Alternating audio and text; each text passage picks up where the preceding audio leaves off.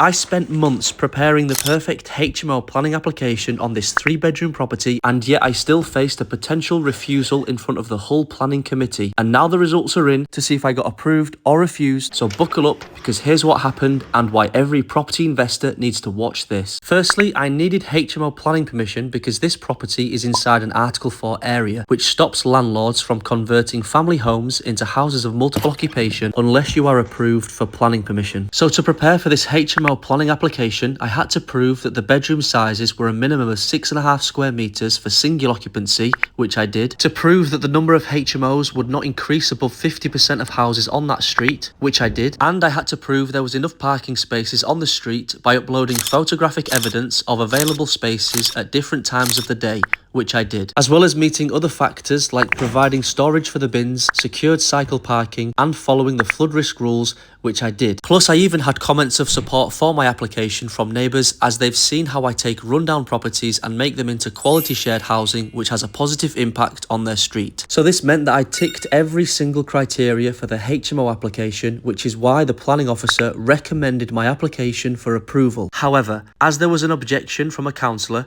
meant that despite meeting all of the planning criteria, my application would be decided at a committee meeting, just as this letter states. I was told that my property would be visited on the morning before the committee meeting by the councillors. However, when they arrived, they didn't even get off the bus to come and see the property. And when I approached them, the bus drove off, which I was gutted about because I wanted to show them that I'm actually trying to make our shared housing better in our city, even if it was just for a 10-minute walkthrough. But they didn't. So now it was time to get ready for the committee meeting, where I would find out if my HMO planning application would be approved or refused. The committee was held at the Hull City Council chambers, and firstly there was a speech from the councillor who was objecting against my application, and then it was time for my speech, where I made it clear that this HMO could not be refused on the grounds of parking, as my application did not require any additional parking spaces, as I was not increasing the number of bedrooms. After my speech, it went to a vote, and the result of the vote meant that my HMO planning application was refused. With 11 councillors in the room, 5 of them voted in favour and 6 of them voted against. And guess what it was refused for?